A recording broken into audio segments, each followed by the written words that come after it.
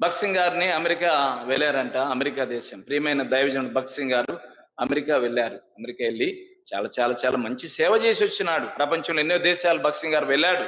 ఎంత గొప్ప సేవ చేశారు. ఒక ఆయన అన్నాడంటే, బ్రదర్ మీ సేవ, మీ పద్ధతులు, మీ నడత మేము బాగా చాలా ఏళ్ళ నుంచి గమనించాము. మీరు నోరు తెరిచి ఎవరిని కూడా ఏది కూడా అడగరని విన్నాము. మాకు అర్థమైంది. దయచేసి మీరు మీరేమనుకోనంటే, మీరు చెడుగా భావించనంటే ఈ మాట చెప్తాను. ఏమిటంటే ఆ మాట, మీ సేవకి, మీ ఘనమైన సేవకి ఒక 10 కార్లు ఇవ్వాలని ఆశతో ఉన్నామన్నారంట. ఎన్ని కార్లు? అమెరికా వాళ్ళు కారు అంటే ₹1,00,000, ₹2,00,000 సెకండ్ హ్యాండ్ కార్లు ఇవ్వరు వాళ్ళు. సీల్ కార్లే దగ్గరగా ఒక్కొక్క కారు కొన్ని లక్షల రూపాయల కారు ఇవ్వచ్చు. మినిమం అతి స్వల్ప. అప్పుడు భగత్ సింగ్ గారు చెప్పాడంట, నేను అమెరికాకి వాక్యం ఇవ్వడానికి వచ్చాను, దైవ నడతనివ్వటానికి వచ్చాను, దైవ క్రమశిక్షణ నేర్పడానికి వచ్చాను, దైవ సన్నిధిని ఇవ్వడానికి వచ్చాను. కనుక నేను వాక్యం ఇవ్వడానికి వచ్చాను, నా నడత దేవుడు నాకు నేర్పిన మంచి నడత ఇవ్వడానికి వచ్చాను, నాకు నేర్పడానికి వచ్చాను, అమెరికాకి ఇవ్వడానికి వచ్చాను, కానీ అమెరికా దగ్గర నుంచి తీసుకుపోవడానికి నేను రాలేదు. సరే సరే సరే బ్రదర్, అయిపోయింది ఆయన పరిస్థితి. ఆయన వెనకాల ఇంకొక ఆయన ఉన్నాడు. సహజంగా బ్రదర్ను, ఇద్దరు బ్రదర్స్ను తీసుకెళ్తారు సపోర్ట్ కోసం, సహకారిగా ఉండటానికి. అట్లాగా ఆయన దగ్గరికి పోయినాడు ఆ ధనవంతుడు. పోయి, బ్రదర్ మీ బ్రదర్ గారు భగత్ సింగ్ గారు 10 కార్లు ఇస్తానయ్యా అంటే ఆయన రిజెక్ట్ చేసినాడు. దయచేసి ఒక్క కారన్నా నీకు ఇస్తాను, దేవుని సేవలో అయ్యగారికి సహాయం చేస్తున్నావు కదా, మరి అశావలో నువ్వు ఆ కారు వాడుకో, ఒక్క కారు నీకు ఇస్తాను అని అన్నాడంట. అంటే ఆయన అన్నాడంట, ఎలీషా దగ్గర గెహాజీ లేడు అన్నాడంట. ఎలీషా దగ్గర గెహాజీ లేడని చెప్పాడంట. చెప్పగానే సరే సరే సరే అని అమెరికాకి సిగ్గు కలిగేలాగా బతికినాడండి భగత్ సింగ్ గారు. అమెరికాకి సిగ్గు కలిగేలాగా బతికినాడు.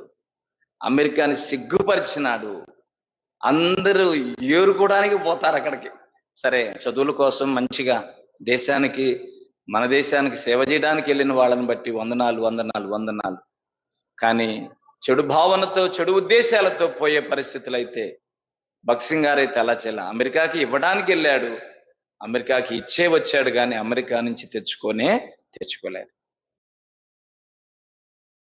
దేవుడు మనకి భగత్ సింగ్ గారి ద్వారా నేర్పించింది ఏమిటంటే, చిన్న చిన్న పనికైనా ప్రార్థన చేయటం, ఆ పనిని ముందుకు తీసుకుని వెళ్ళటం. ప్రపంచంలో హెబ్రోను సాంబార్ అంటే మనకి చాలా పేరు.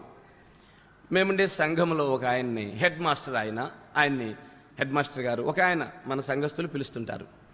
మా సాంబారు ఆదివారం వచ్చి తాగండి, ఒక్కసారి మా హెబ్రోన్ సాంబార్ తాగండి హెచ్ఎం గారు అంటే, ఏంటయ్యా హెబ్రోన్ సాంబార్ అంటుంటావు ఎప్పుడంటే, హెబ్రోన్ సాంబార్కి ఒక ప్రాముఖ్యమైన విషయం ఉందండి. ఏమిటంటే హెబ్రోన్ సాంబార్ అంటే, దైవజనుడు భగత్ సింగ్ గారు మోకాళ్ళ మీదకి వచ్చి ఆయన ఒక పని అప్పగిస్తాడు. పని అప్పగిస్తే వాళ్ళు ఏం చేస్తారు, ప్రభువా భగత్ సింగ్ గారు మాకు పని డ్యూటీ చెప్పాడు, మేము మార్కెట్కి వెళ్తున్నాం, కూరగాయలు కొనాలి, చింతపండు కొనాలన్నా, ఉప్పు కొనాలన్నా, కూరగాయ టమాటా కొనాలన్నా నువ్వే మాకు నేర్పించు అని చెప్పి ప్రార్థన చేసుకుని ఈయన పోతాడు. ఈయన పోయేటప్పుడు ఇంట్లో ఆ గదిలో ప్రార్థన చేసుకుని పోతాడు. ఆటోలో కూర్చుంటాడు, ఆటోలో ప్రార్థన చేసుకుంటాడు. మళ్ళీ గమ్యానికి మార్కెట్కి చేరాడు, మార్కెట్లో దిగబోయే ముందు మళ్ళీ 2 మాటలు ప్రార్థన చేసుకుంటాడు. దిగి అక్కడికి వెళ్ళి కొనే ముందు మనసులోనే చేసుకుని మళ్ళీ కొనుక్కుంటాడు. అన్ని కొనుక్కుని మళ్ళీ ఆటోలో పెట్టుకుంటాడు. మళ్ళీ ఆటోలో ప్రార్థన చేసుకుంటాడు. మళ్ళీ హెబ్రోన్ వస్తాడు, హెబ్రోన్లో మన చిన్న ప్రార్థన చేసుకుంటాడు. చిన్న ప్రార్థన చేసుకుని కూరగాయలు తీసుకెళ్ళి అక్కడ పెడతాడు. పెట్టి మళ్ళీ అక్కడ ప్రార్థన చేసి, ప్రభా కూరగాయలు తెచ్చాడు, పెట్టాను, నా బాధ్యత అయిపోయింది, ఆయన వెళ్ళిపోతాడు. మళ్ళీ సిస్టర్స్ వస్తారు ఆడికి, సిస్టర్స్ వచ్చి మళ్ళీ మోకరిస్తారు ఆడ, మళ్ళీ మోకరించి, ప్రభు ఈ కూరగాయలని మీరు ఆశీర్వదించండి అని చెప్పి కట్ చేయడం మొదలు పెడతారు. వీళ్ళు కట్ చేసిన తర్వాత అయిపోయినంటే మళ్ళీ ప్రార్థన చేసి వాళ్ళు వెళ్ళిపోతారు, మా డ్యూటీ అయిపోయింది ప్రభు అని. వండేవాళ్ళు వస్తారు, వాళ్ళు కూడా మళ్ళీ అక్కడ మోకరిస్తారు, మళ్ళీ అక్కడ స్టార్ట్ చేస్తారు ప్రార్థన చేయటం. వాళ్ళు చక్కగా వంట వండిన తర్వాత, ప్రభు మా పని అయిపోయింది, మేము వెళ్ళిపోతున్నాం. వడ్డించే వాళ్ళు వస్తారు, మళ్ళీ ఆడికి వచ్చి వాళ్ళు స్టార్ట్ చేస్తారు. ఏం స్టార్ట్ చేస్తారు? మళ్ళీ ప్రార్థన స్టార్ట్ చేస్తారు. వడ్డీయటం అయిపోయింది, మళ్ళా ప్రార్థన చేసేవాళ్ళు మళ్ళీ వస్తారు. వడ్డీయటం అయిపోయిన తర్వాత ప్రశాంతంగా అందరికీ ఆశీర్వాదకరంగా వడ్డించే వరకు ఎవరి ప్రేమ, ప్రయాస, త్యాగము, సమర్పణ ద్వారా ఈ భోజనం తీసుకురాబడిందో వారిని, వారి కుటుంబాలను ఆశీర్వదించమని ప్రార్థన చేస్తారు. చేసిన తర్వాత ఇప్పుడు తినండి అనగా అమ్మయ్యా అని చెప్పి భోజనం తింటూ మొదలు పెడతారు. మరి ఎందుకు రుచిగా ఉండదండి హెబ్రోన్ సాంబారు? ఇన్ని ప్రార్థనలతో ఒకసారి లెక్క వేయండి. ఇన్ని ప్రార్థనలో గుండా వెళ్ళిన ఏ ఆహారమైనా మీ గృహాలలో ఉండగలిగిద్దా? మీరు ఎంత కష్టపడి ఉండినా అది ఏదో ఒక మూల నుంచి పేరు పెడుతుంటారు. మీరు ఎన్నిసార్లు ఎబ్రోను పోయి ఉంటారో, ఏనాడైనా ఇది ఉప్పు ఎక్కువైంది, ఇది ఎక్కువైందని మీకు అనుబుద్ధి అయిద్దా? అంటారా? అనే చరిత్ర ఉందా? అసలు అనగలరా మీరు? ఎప్పుడు రుచిగానే ఉండిద్ది. ఏం కారణం అంటే ఇన్ని ప్రార్థనలో కూడా వెళ్ళినది. ఎందుక హెచ్ఎం గారు మందిరానికి వచ్చారా? అది చెప్పలేదుగా. హెచ్ఎం గారు మందిరానికి వచ్చాడు, ఎబ్రోన్ సాంబార్ తాగినాడు, మారు మనసు పొందినాడు, బాప్తిజం తీసుకున్నాడు, పరలోకం కూడా వెళ్ళిపోయినాడు. ఆయన భార్య ఉన్నది కనుక ప్రభు బిడ్డలారా, ఎబ్రోన్ సాంబారు మనల్ని పరలోకం కూడా తీసుకుపోతుంది. అంటే ఏదో భక్సింగ్ గారి జీవితంలో బాంబేలో ఉన్నప్పుడు ఆయనకు ఒకసారి ఆకలి అయిందంట. ఆకలి అయితే ప్రార్థన చేశాడు, ప్రభువా నాకెంతో ఆకలి అవుతుందా, నా దగ్గర డబ్బులు లేవు అని. ఏ స్వామి చెప్పినాడంట, అదిగో ఆడ హోటల్ ఉంది కదా అక్కడికి పో అన్నాడంట. మళ్ళా భక్సింగ్ గారు అన్నాడంట, స్వామి నా దగ్గర డబ్బులు లేవని చెప్పినాను కదా అంటే, నేను చెప్తున్నాను పో అన్నాడంట. అంటే అంత సన్నిహిత సంబంధం యేసు ప్రభుతో భక్సింగ్ గారు కలిగి ఉన్నాడు. అందువల్లనే అంత గొప్ప కార్యాలు ఆయన ద్వారా దేవుడు చేశాడు. సో దేవుని మాటకు లోబడినాడు, ఆ హోటల్కి వెళ్ళినాడు. మనం అట్లా వెళ్ళగలమా? మేము కర్నూలు చదివేటప్పుడు మా ఒకడు అంటాడనమాట, రే ఆ హోటల్కి పోయి మసాలా తెచ్చి తినొద్దాం రారా అని. అంటే అప్పుడు నీ దగ్గర ఎంత ఉంది, నా దగ్గర ఎంత ఉంది, వాడి దగ్గర ఎంత, అంత విచారణ చేసుకొని డబ్బులు అన్ని ఉన్నాయా లేవా చూసుకొని అప్పుడు పోతాం హోటల్కి. లేకపోతే తిన్న తర్వాత డబ్బులు ఇవ్వకపోతే వాడు కారు కొడతాడు వాడు. ఏమండి, అంత జాగ్రత్తగా వెళ్తాం. భక్సింగ్ గారు డబ్బులు లేవు అయినా కానీ దేవుడు చెప్పినాడు పొమ్మని హోటల్కి వెళ్ళిపోయినాడు. హోటల్కి వెళ్ళిపోయి కూర్చున్నాడంట. వెయిటర్ వచ్చినాడు, ఆ మెనూ కార్డు ఇచ్చాడు, ఏమేమి ఉంటాయో తిండికి తినడానికి ఆ వస్తువులంతా రాసి ఉంటాయి. వచ్చే మళ్ళా ప్రార్థన చేసిన, ప్రభువా నా దగ్గర డబ్బులు లేవాయా, నీకు చెప్పినా కదా అంటే, నీకేం కావాలనో ఆర్డర్ చేయన్నా అంట హృదయంలో. ఎట్లా ఆర్డర్ చేయాలి? దేవుని మాటకు లోబడినాడు.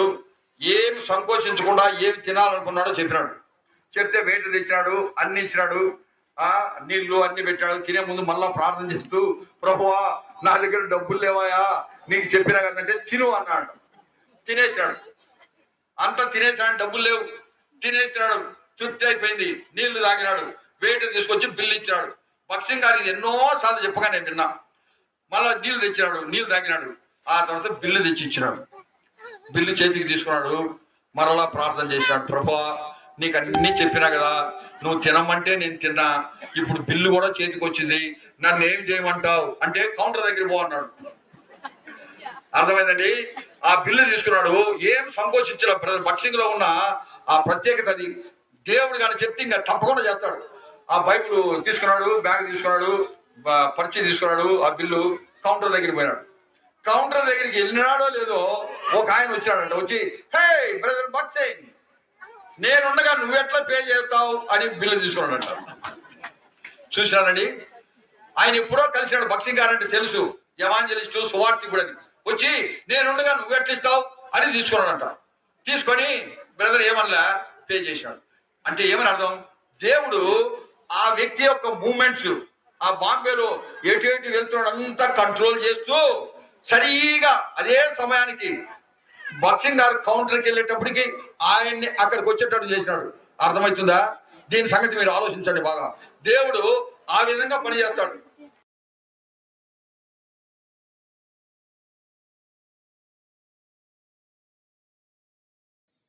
భక్సింగ్ గారు అంటాడు, మోకరించడానికి నీకు బలం ఉంది కానీ నీ మనసులో లేదు మోకరించాలి. అందుకనే నీ మనసు పాడైంది కానీ మోకాళ్ళు బాగానే ఉన్నాయి.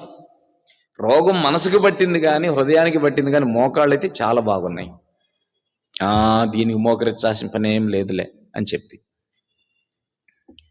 ఎప్పుడన్నా కానీ మందిర ఆవరణలో నిలబడి ప్రార్థన చేసినప్పుడల్లా భక్సింగ్ గారు గుర్తొస్తాడు నాకు. అంటే ఆయన నిలబడి ప్రార్థన సాధ్యమైనంత వరకు, అది రైల్వే స్టేషన్ అయినా, ఎయిర్పోర్ట్ అయినా, బస్ స్టాండ్ అయినా, ఆయన పని ఏంటి? మోకరేయటమే. ఒక వృద్ధ దశలో ఒక మ్యారేజ్కి అటెండ్ అయ్యాడు భక్సింగ్ గారు. వృద్ధ దశలో ఆయన్ని ఇద్దరు పట్టుకొచ్చినారు. కుడి చేయి ఒకళ్ళు, ఎడమ చేయి ఒకళ్ళు పట్టుకుని కుంటుకుంటా ఇట్లా వచ్చినాడు ఆయన. ఒక్కాలిట్లా వేసుకుంటా భక్సింగ్ గారు నడవలేక, అంటే నడవలేని పరిస్థితి అది. నాకు తెలిసి 80లో ఉండుంటాడు అప్పుడు. 98కి ఆయన చనిపోయింది. 80లో ఉండుంటాడు అప్పుడు. అలా వచ్చి పులిపేట దగ్గరికి ఆయన తీసుకొచ్చి ఈ 2 చేతులు వదిలిపెట్టారు. పులిపేట దగ్గరికి ఎప్పుడైతే ఆయనకంటూ ఒక చైర్ ఇచ్చి ఆ చైర్లో కూర్చోమని ఈ 2 చేతులు వదిలిపెట్టారో, ఆ 2 చేతులతో ఆ చైర్ మీద పెట్టుకుని మోకరిచ్చేసినాడు. వెంటనే పులిపేట మీద మోకరిచ్చేసినాడు. కారణం ఏంటి అని అంటే, అది జీవంతో ఉన్న మోకాళ్ళవి. హృదయము సిద్ధంగా ఉంటే వయసు చూడదు, హృదయం సిద్ధంగా ఉంటే. 80sలో వాళ్ళు ఇక్కడ ఎవరన్నా ఉన్నారా? కారణాలైతే చెప్పుకుంటాం మనం. హృదయం నొప్పిగుంది, మోకాళ్ళ నొప్పి లేదు. ఒక ప్రాంతంలో దైవజన్ భక్సింగ్ గారు సువార్త ప్రకటించడానికి ఆహ్వానించబడ్డారంట. ఆహ్వానించబడితే భక్సింగ్ గారు ఆ ప్రాంతానికి రాను అని చెప్పాడంట. అలా కాదు బ్రదర్, మీరు రావాలి, మాకు ప్రేరేపణ ఉన్నది, మిమ్మల్ని పిలుచుకోమని ప్రభు చెప్తున్నాడు అని అంటే, నేను రానని చెప్తున్నాను కదా, నేను రాను.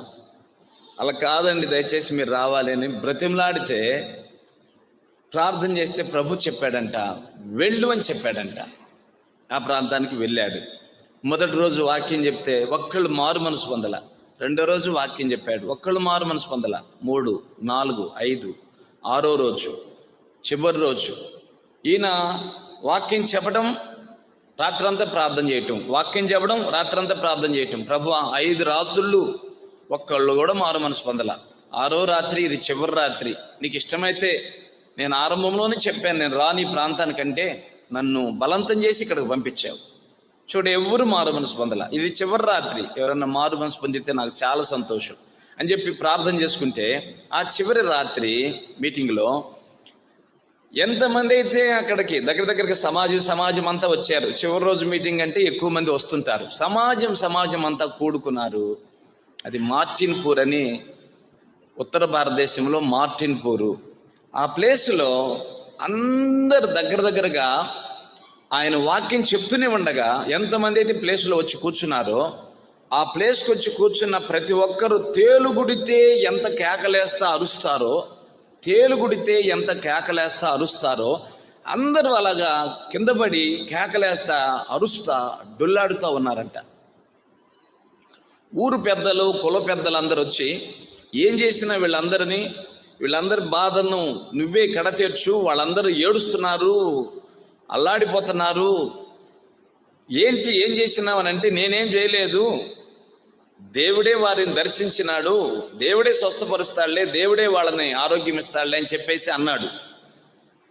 నేనేం చేయలేను కూడా అని చెప్పి ఈయన వాక్య పరిచర్య అనేది ఇంక ఎవరు అక్కడ తాకబడని వాళ్ళు ఎవరూ లేరు, అందరూ దేవుడు దర్శించినాడు. ఆ తర్వాత వాళ్ళందరూ మారు మనసు పొందినారు, తీర్మానం చేసుకున్నారు. కొద్ది రోజుల తర్వాత మరలా ఆ ప్రాంతానికి వెళదామని చెప్పి భక్సింగ్ గారికి భారం వచ్చింది. మరలా ఆ ప్రాంతం వెళ్ళారు. వెళ్తే పలానా వాళ్ళు మారు మనసు పొందారు కదా, వాళ్ళు ఎక్కడున్నారు అంటే, ఇంకెక్కడ బ్రదర్, లోకంలో కలిసిపోయినారు. మరి పలానా వాళ్ళు మారు మనసు పొందారు కదా, వాళ్ళు ఎక్కడున్నారంటే, ఆ సిస్టర్ కూడా లోకంలో కలిసి, అవి అందరూ ఇట్లా అయిపోతే ఎట్లాగా, ఏం జరిగింది అని చెప్పి అంటే, దేవుని పాదాల దగ్గర ఎందుకు ఇలా జరిగింది ప్రభు అని ప్రార్థన చేస్తే, అప్పుడు ప్రభు చెప్పిన మాట ఏమిటంటే భక్సింగ్ గారికి, ఇక్కడ కని వెళ్ళిపోయావు, ఆ పిల్లలని పాలిచ్చి పెంచేవాళ్ళు ఎవరన్నా ఉంటే వాళ్ళు పాలు తాగుతారు, వాక్యం అనే పాలు తాగి పెంచబడతారు. నువ్వు వాళ్ళ మంచి చెడు పట్టించుకోవాలి కదా, నువ్వు పట్టించుకోకుండా వెళ్ళిపోతే ఇక వాళ్ళ యొక్క యోగక్షేమాలు ఎవరు చూస్తారు? అప్పుడు ఎఫెసీ పత్రిక 4వ అధ్యాయంలో 12 వచనాల నుంచి సంఘ క్షేమం కొరకు అపోస్తలులు, ప్రవక్తలు, ఉపదేశకులు, కాపరులు, సువార్థికులు 5 రకములైన వాళ్లను నియమించడం జరిగింది. ఈ కన్నా వాళ్ళకి ఎవరన్నా ఇక్కడ ఉన్నారా మంచి చెడు చూసుకోవడానికి? అందువలననే వాళ్ళు లోకంలో కలిసిపోయినారు. ఇప్పుడైనా కానీ ఉన్న కొద్ది మందినైనా కాపాడుకోవడానికి ఇక్కడి నుంచి వారికి మధ్య కూడికలు ఏర్పాటు చేసి మధ్యలో వాళ్ళని దర్శించడానికి, పరామర్శించడానికి కొద్ది మందిని ఏర్పాటు చేసి వెళ్ళు. అప్పుడు అక్కడ ఈ వచనాన్ని ఆధారం చేసుకుని ఎఫెసీ పత్రిక 4వ అధ్యాయము 12, 13, 14 ఈ అపోస్తులు, ప్రవక్తలు, ఉపదేశకులు, కాపురులు, సువార్థికులు సంఘక్షేమం కొరకు పరిచర్య ధరం జరుగుటకు పరిశుద్ధులు సంపూర్ణులు కావడానికి వీళ్ళని ఏర్పాటు చేయాలి. అప్పుడు కొద్దిమందిని నియమించి మధ్య కొడుకులు తీసుకోండి, ఇళ్ళు దర్శించండి, అనారోగ్యం వచ్చినప్పుడు వాళ్ళని దర్శించండి, వాళ్ళు రిక్వెస్ట్ చేసినప్పుడు వెళ్ళండి, ఇంకేదన్నా అత్యవసర పరిస్థితి వస్తే మీరు వెళ్ళి ప్రార్థన చెయ్యండి అని చెప్పినాక అప్పుడు సంఘం కొంచెం కొంచెం కొంచెం కొంచెం కట్టబడుతూ వచ్చినది.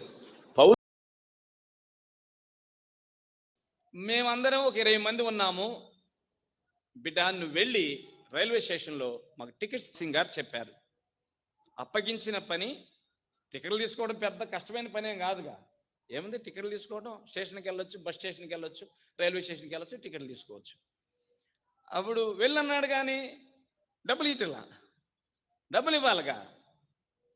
డబ్బులు ఇవ్వకపోతే ఆ రోజుల్లో అడగాలంటే భయం. ఇదేంటి అంటే అది ఆత్మ సంబంధమైన జీవితం. అది ఆత్మ సంబంధ జీవితం అంటే డబ్బులన్నీ పైనుంచి వస్తాయి. నిజమే, అది నిజమన్న మాట. అది స్టేషన్లోకి వెళ్ళాడు, లైన్లో నిలబడ్డాడు.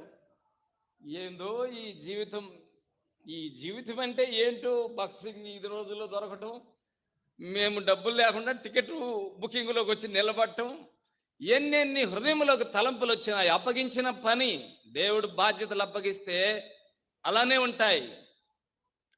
ఉంటాయండి. దేవునిపై ఆధారపడటానికి అలా అనుమతిస్తాడు. మళ్ళీ ఆయన తిడతాడు కదా టికెట్ తీసుకోకపోతే. మళ్ళీ ఎందుకు తిట్టించుకోవాలి? మాకేమైనా అన్నం పెడుతున్నాడా? తిడతాడు. ఇది ఆత్మ సంబంధం అధికారం. నిజమే, ఇది ఆత్మ సంబంధం అధికారం. ఇది ఆయన నీకు అవసరం, నీ సేవ ఆయనకు అవసరం, మనందరి సేవ దేవుడికి అవసరం. ఇంకా 2-3 ఉన్నారు. ఆ దైవజనుడు తలంపులు ఉంటాయో మీరు ఊహించుకోండి ఒకసారి. మీకు కూడా ఆ బాధ్యత అప్పగిస్తే కానీ మీరు ఊహించుకుంటారు. ఎందుకు ఊహించుకుంటారు? ఇక్కడ కూర్చొని టికెట్స్ తీసుకురాపో 20 మందికి స్టేషన్కు పంపిస్తే అప్పుడు మీరు అందరూ అనుకుంటారు మెండలోళ్ళు ఎవడున్నారో కానీ నేను మన మందిరంలోనే చూస్తున్నాను, మెడ్లోళ్ళని డబ్బులు ఇవ్వకుండా టికెట్లు ఎక్కడ తీసుకొస్తారండి, వీళ్ళే పెద్ద మెడ్లోళ్ళు లాగా ఉన్నారని చెప్పి అంటారు మీరు అందరూ.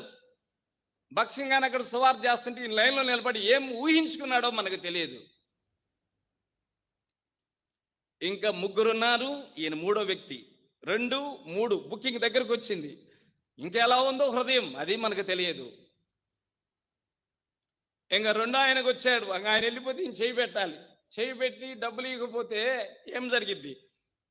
ఆయన అంటాడు ముందు, ఏమయ్య బాబు ఎక్కడి నుంచి వచ్చినావు, ఏమైనా ఎర్రగడ్డ నుంచి వచ్చావా, బుకింగ్లో చేయి పెడితివి, ఇన్ని టికెట్లు ఇవ్వమని చెప్తివి, డబ్బులు ఇవ్వు అని అంటాడు. అంటే సార్ లేదు పక్కకు పోముందు అంటాడు. ఎంత అవమానం అది. నంబర్ 1కు వస్తున్నాడు. ఇక వెంటనే ఒక ఆయన వచ్చి బక్సింగ్ గారికి సంబంధించిన వాళ్ళు ఇక్కడ ఎవరు ఉన్నారు అనగా లేదన్నాడంట. జనరల్గా బుకింగ్లో చేయి పెట్టే ముందు ఇక ఎంత తాపత్రయం ఉండిద్దో, ఆశ ఉండిద్దో. దేవుడు నమ్మకస్తుడు, ఏదో జరిగిస్తాడని కడుపు నిండా ఆయనకు ఆశ ఉన్నది. విశ్వాసం లేకపోతే అలాంటి వాళ్ళని దేవుడు వాడుకోడు. విశ్వాసం ఉంది కనుక వాడుకున్నాడు. అనగా నేనే బ్రదర్ అంటే ఈ డబ్బులు ఆయన కొరకు వాడుకోండి అని చెప్పేసి వెళ్ళిపోయినాడు. ఆయన ఎవరో బక్సింగ్ గారికి తెలియదు, ఆ వచ్చిన ఎవరో ఈయనకి తెలియదు, ఎవ్వరికీ తెలియని మనిషి ఒక ఆయన వచ్చి ఇచ్చేసి వెళ్ళిపోయినాడు.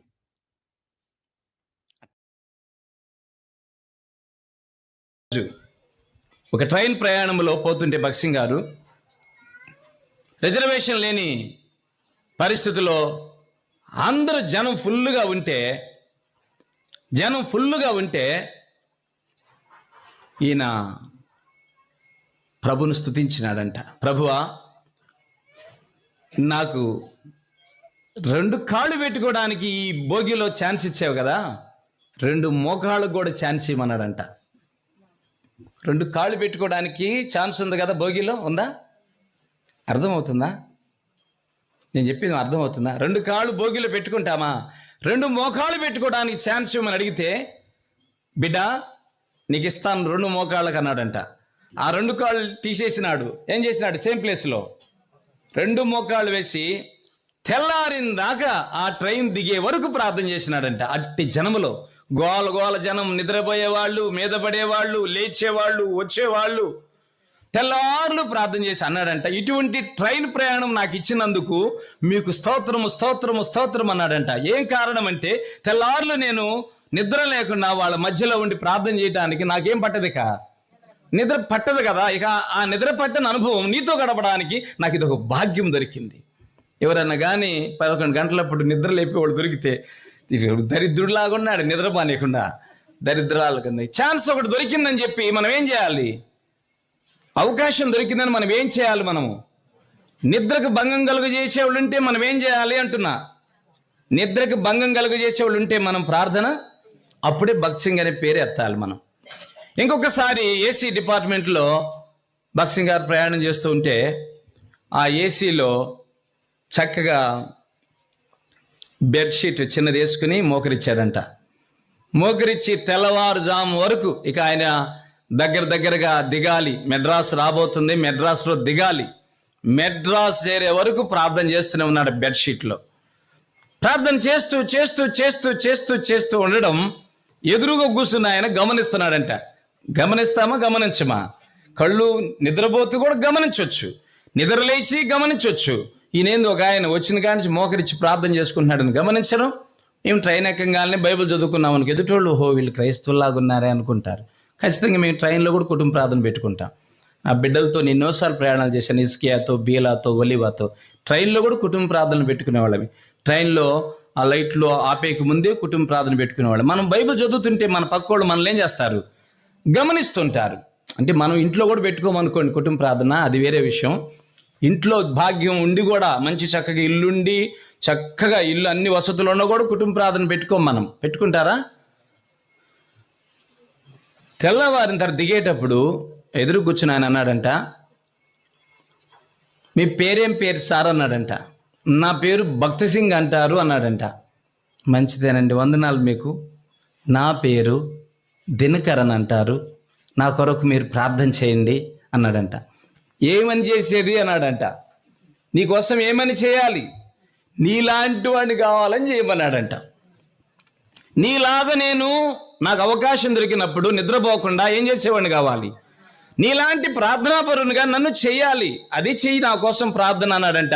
ఒకవేళ ఆ భోగిలో ఆయన కోసం ప్రార్థన చేయించుకుని ఉంటాడేమో, దిగి వెళ్ళి ప్రతి మీటింగ్లో ఇదే చెప్తున్నాడంట. నేను ఒక ఆయన కలుసుకున్నాను, ఆయన రాత్రంతా ప్రార్థన చేశాడు, ఆయన లాంటి ప్రార్థన జీవితం నాకు అవ్వాలని చెప్పి నేను ఆయన అడిగినాను, నేను కూడా ప్రార్థన చేసుకుంటున్నా. నా ప్రార్థన జీవితమే నాకు ఆరోగ్యం ఇచ్చి, నాకు ఆదరణ ఇచ్చి, నా సేవను కాపాడుతుంది. మీరు కూడా అదే ప్రార్థన జీవితం నేర్చుకోండి. సంఘ ప్రార్థన పోగొట్టుకోబాకండి. మీ ఉద్యోగ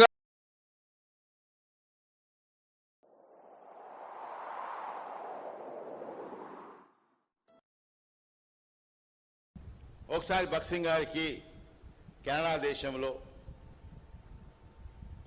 ఆయన మనసు పడ్డప్పుడు, మనసు పడ్డప్పుడు అంటే మీకు తెలియదు మనసు అంటే ఏంటిదని, ఐస్ పడుతున్నప్పుడు నడుస్తుంటే జారి పడిపోతాం. భక్త్ సింగ్ గారు జారి పడిపోయి చెయ్యి విరిగి ఎముకెట్టు బయటకు వచ్చింది. డాక్టర్ అన్నాడు ఆపరేషన్ చేయాలా. భక్త్ సింగ్ గారు అన్నాడు, నిన్నటి రాత్రి దేవుడు నాకు ఏమేం పలకాలనో చెప్పినాడు, నేను తప్పకుండా వాక్యం చెప్పాల్సిందే. డాక్టర్ అన్నాడు, నీ చెయ్యి నీ ఇష్టం. ఎముక ఎరిగి బయటికి వచ్చి ఒక ఆయన బైబిల్ పట్టుకుంటే ఆ రోజు కెనడా దేశంలో గొప్ప ఉద్యమం దేవుడు తీసుకొచ్చినాడు. అంటే భక్త్ సింగ్ గారు ఆయనకు ఒకటే ఆశ, దేవుని గణపరచాల, ఇంకేం కాదు.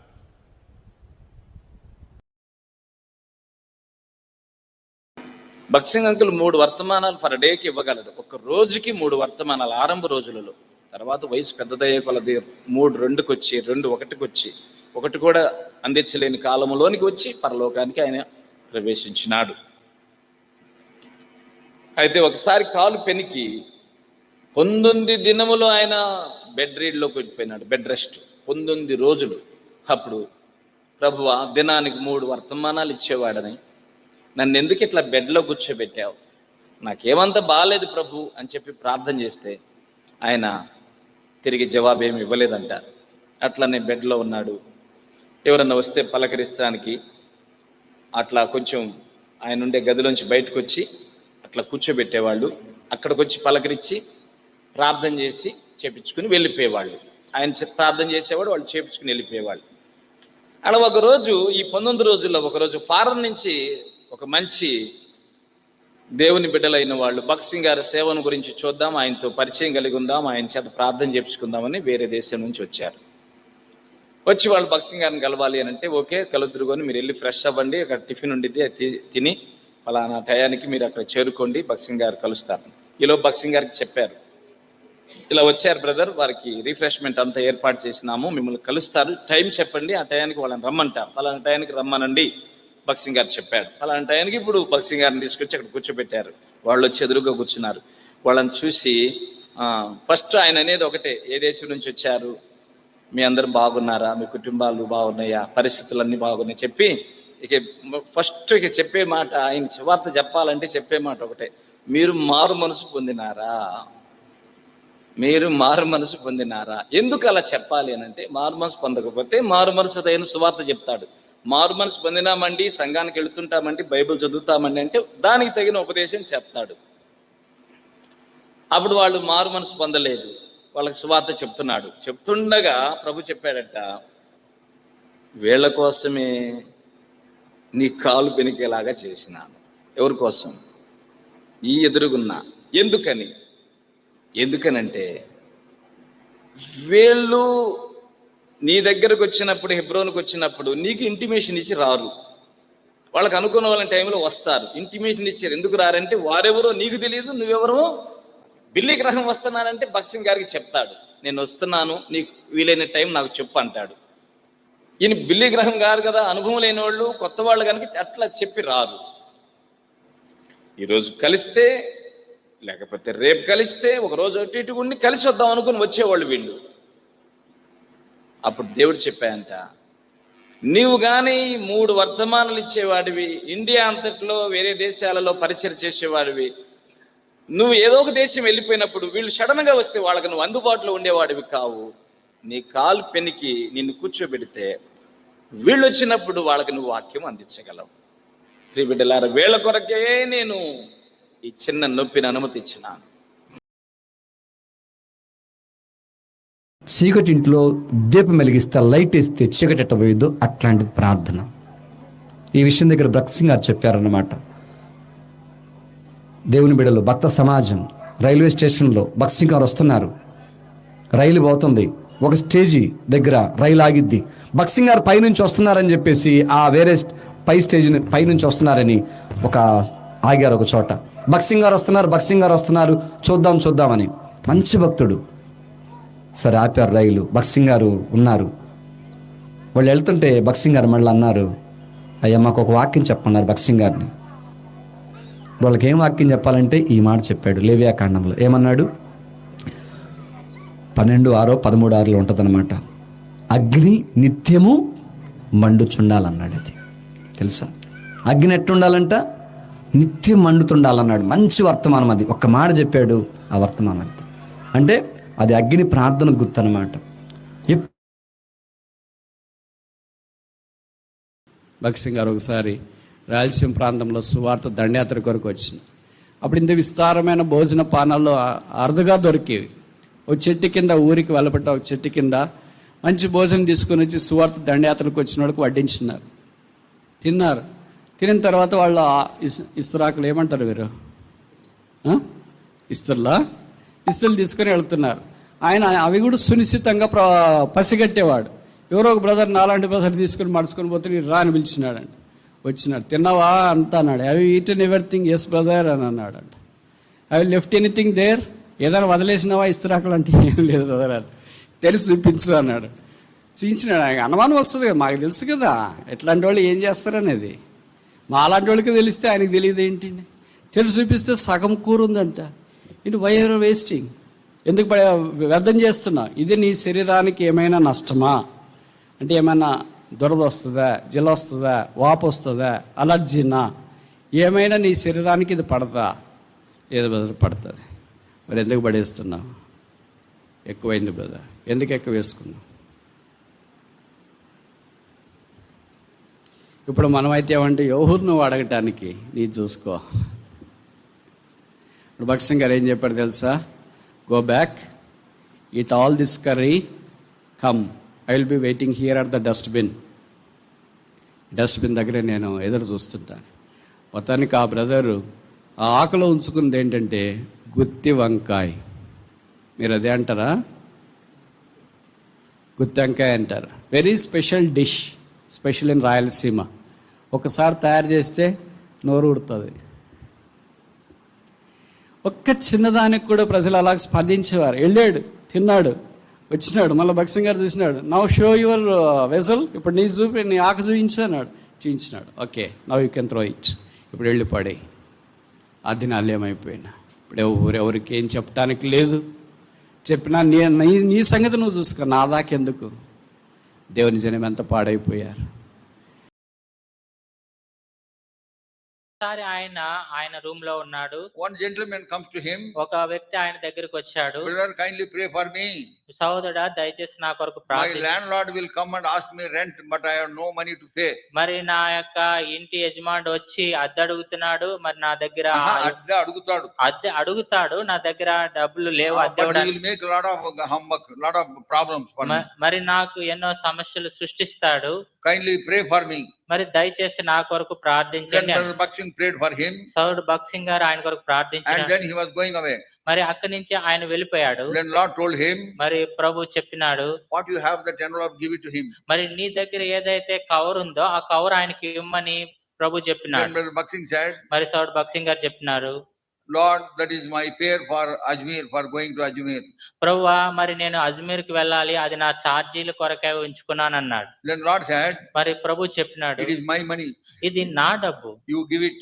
నువ్వు ఆయనకి. And then he calls him, మరి తర్వాత ఆయన పిలిచాడు. brother, come. సహోదరుడా రామన్నాడు. My Lord asked me to give you this. మరి నా ప్రభు నీకు ఇమ్మని ఇది చెప్తా And ఉన్నాడు. what he had kept for the ticket for Ajmer, he has given that money. మరి అజ్మేర్ వేళ ప్రయాణం కొరకు పెట్టుకున్న టికెట్ ఖర్చు ఆయన ఇచ్చేస్తున్నాడు అతనికి. That was sufficient for that rent for that month. మరి ఆ నెల ఎంత అద్దె కట్టాలో దానికి అది So సరిపోయింది. that man went rejoicing. ఆ వ్యక్తి సంతోషంతో వెళ్ళిపోయినాడు. Brother Bakshing was waiting, మరి సహోదరుడు భక్సింగ్ గారు వేచి ఉన్నారు. and then he has to go to the station. మరి ఆయన స్టేషన్ కి వెళ్ళాలి. But he does not have money.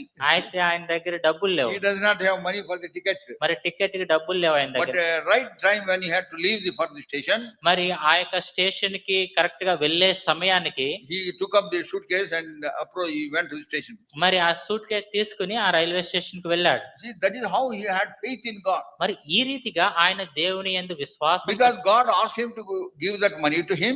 మరి ఎందుకనగా దేవుడు ఆ డబ్బు అతనికి ఇమ్మని చెప్పినాడు. And also same God told him to go to Ajmer and preach the word. మరి అదే దేవుడు నువ్వు అజ్మీర్ కి వెళ్లి సువార్త ప్రకటించమని That చెప్పినాడు. is why ఆయన ధైర్యంగా వెళ్ళినాడు. now he doesn't have money to go. మరి వెళ్ళడానికి ఆయన దగ్గర డబ్బులు లేవు. But he went to the station to go to Ajmer. అయినప్పటికీ కూడా ఆ స్టేషన్ కి విశ్వాసం ద్వారా Many times he said when he gave the word, I have been hearing him since 1953. మరి 1953 సంవత్సరం నుంచి నేను ఆయన మాటలు వాక్యం చెప్పినప్పుడు వింటా ఉన్నాను. ఇవి తన వాక్యం చెప్పేటప్పుడు ఇవి పంచుకుంటా And ఉండేవాడు. he goes to the station ఆయన స్టేషన్ కి వెళ్ళినాడు. and sat on the bench మరి ఆ బెంచ్ మీద కూర్చున్నాడు. waiting to purchase a ticket. మరి టికెట్ కొనడానికి But he doesn't have money. మరి ఆయన దగ్గర డబ్బులు లేవు. Now time is approaching, train was to come. మరి ట్రైన్ రావాల్సిన సమయం సమీపిస్తా ఉంది. At such a time, అటువంటి సమయంలో one man comes there. ఒక వ్యక్తి ఆయన దగ్గరికి Brother వచ్చి, Bakshing, praise the Lord. సౌడు భక్సింగ్ గారు ప్రైజ్ లార్డ్ అన్నాడు. Brother so and so asked me to give you this envelope. మరి పలానా వ్యక్తి మీకు ఈ కవర్ ఇమ్మని చెప్పినారు అన్నాడు. One brother in the city prayed and God led him to give this envelope to him. మరి ఆ యొక్క పట్టణంలో ఒక వ్యక్తి ప్రార్థించినాడు. దేవుడు ఆయనకు ఈ కవర్ ఇమ్మని ప్రేరేపించినాడు. ఆ రీతిగా So నడిపించబడ్డాడు. he sent somebody to give him. మరి ఎవరో వ్యక్తిని ఆయనకి ఇవ్వడానికి That పంపించాడు. is how he got that money. మరి ఆ రీతిగా ఆయన డబ్బులు పొందిన Enough money to go to Ajmer. మరి అజ్మీర్ కి వెళ్ళడానికి కావాల్సిన Such డబ్బు. things, innumerable things happened. మరి ఇటువంటివి చెప్పలేనన్ని సంగతులు జరిగినాయి. Innumerable things. మరి లెక్కింపలేనన్ని సంగతులు జరిగినాయి. Once they were going late to the train. మరి ఒకసారి మరి ట్రైన్ కి లేట్ గా వెళ్తున్నారు. Everybody was worried, Brother Bakshing will miss the train. మరి ఆయన లేట్ గా వెళ్ళేటప్పుడు ట్రైన్ మిస్ అయిపోతుందేమో అని అందరూ అనుకున్నారు. And in the car they were taking, they were all murmuring. మరి స్టేషన్ కి కార్ లో వెళ్తుండగా లేట్ అయిపోయిందని వాళ్ళంతా Brother Bakshing said, సౌడ్ భక్సింగ్ గారు చెప్పినారు, that train cannot leave without me. మరి నేను లేకుండా ఆ ట్రైన్ కదలదు అన్నారు. అర్థమైందా? అర్థమైందండి. తెలుగులో చెప్పినాడు ఆయన. తెలుగులో నేను లేకుండా ఆ ట్రైన్ వెళ్ళదు అని చెప్పినాడు. ట్రైన్ నేను లేకుండా ట్రైన్ వెళ్ళదు అని చెప్పి. That is the train. When he vent train was late for 10 minutes. మరి ఆయన వెళ్ళేసరికి ఆ ట్రైన్ 10 నిమిషాలు ఆలస్యంగా వచ్చింది. Train came and he went away. మరి ట్రైన్ వచ్చింది, ఎక్కినాడు, వెళ్ళిపోయాడు. Another time. మరి ఇంకొక వెరీ వెరీ ఇంట్రెస్టింగ్ థింగ్. ఇది చాలా చాలా వై ప్రాముఖ్యమైన. ఐ యామ్ షేరింగ్ దిస్ ఎందుకు నేను టు పంచుకుంటున్నాను? Inculcate faith in your heart towards God. మరి దేవుని ఎడల మీ హృదయంలో విశ్వాసాన్ని వృద్ధి పొందించడానికి. He wants to go by flight. మరి విమానంకి వెళ్ళాలి. Then when he went, మరి ఆయన వెళ్ళేసరికి flight has already took off. మరి అప్పటికే విమానం వెళ్ళిపోయింది. Then he said to the people, మరి అక్కడున్న తన వారితో చెప్పినాడు, I am going by that flight only. నేను అదే విమానంలో వెళ్తున్నానని చెప్పినాడు. Then the other said, మరి ఆ పక్కన "Hey, brother, that is already taken off." మరి సహోదరుడు ఇప్పటికే ఆ విమానం వెళ్ళిపోయింది He కదా. said it will come back. మరి ఆయన అన్నాడు ఆ విమానం తిరిగి వస్తుంది. Really it came back. నిజంగా ఆ విమానం There was a very rich lady మరి చాలా ధనికులైనటువంటి who ఒక స్త్రీ forgot her ring in the bathroom in Hyderabad airport. మరి హైదరాబాద్ ఎయిర్పోర్ట్ లో ఆ యొక్క స్నానాల గదిలో తన రింగ్ మర్చిపోయింది. Diamond's ring. Diamond ring She is a మర్చిపోయింది. very rich lady belonging to the Nizam's family. మరి నిజాం ఫ్యామిలీకి చెందినటువంటి చాలా ధనికులైనటువంటి She స్త్రీ forgot that ring. ఆ రింగ్ మర్చిపోయింది. And then she told the air hostess and she conveyed to the pilots. మరి తర్వాత ఎయిర్ హోస్టర్ కి చెప్పింది, తర్వాత ఆ పైలట్ కి ఆ సమాచారం They అందింది. recognized that rich lady. మరి ఆ యొక్క ధనికురాలైనటువంటి స్త్రీ, Very important lady. అది చాలా ప్రాముఖ్యమైన స్త్రీ. VIP అంటారు కదా, she is VVIP. Very very important person. మరి ఆమె చాలా చాలా ప్రాముఖ్యమైనటువంటి స్త్రీ. Then pilot, when it was going, it took a turn మరి పైలట్ వెళ్తున్నవాడు తిరిగి యూటర్న్ and తీసుకున్నాడు. came back to the airport. మరి తిరిగి ఎయిర్పోర్ట్ కి వచ్చినాడు. It is a miracle. మరి ఇది అద్భుతం. God made that lady to forget that ring for the sake of Brother Bakshi. సహోదరుడు భక్సింగ్ గారి కొరకు ఆ స్త్రీ ఆ ఉంగరము మర్చిపోయేటట్టు దేవుడు ఆమెకి చేసినాడు. అర్థమవుతుందండి. That అర్థమవుతుందండి. is how God works on our behalf. ఈ రీతిగా దేవుడు మన పక్షాన It is not పోరాడుతాడు. a kattu katha. ఇది కట్టుకట్ట It కాదు, has really happened. ఇది వాస్తవికంగా Brethren జరిగింది. witnessed it. మరి సహోదరులు తనతో పాటు ఉన్నవారు They are Sakshi. telling everywhere, wherever they go. వాళ్ళు ఎక్కడికి వెళ్ళిన ప్రతిసారి దీన్ని పంచుకుంటా ఉండేవారు. So what is the conclusion of the whole matter? మరి దీని యొక్క సారాంశం ఏమిటి? The Lamb of God that we worship, that we follow, we have fellowship, the true and the living God. మనము ఏ గొర్రె పిల్లనైతే మనము వెంబడిస్తా ఉన్నామో, సహవాసం చేస్తా ఉన్నామో, ఆ గొర్రె పిల్ల సజీవమైన జీవము కలిగిన దేవుడు. Trust Him.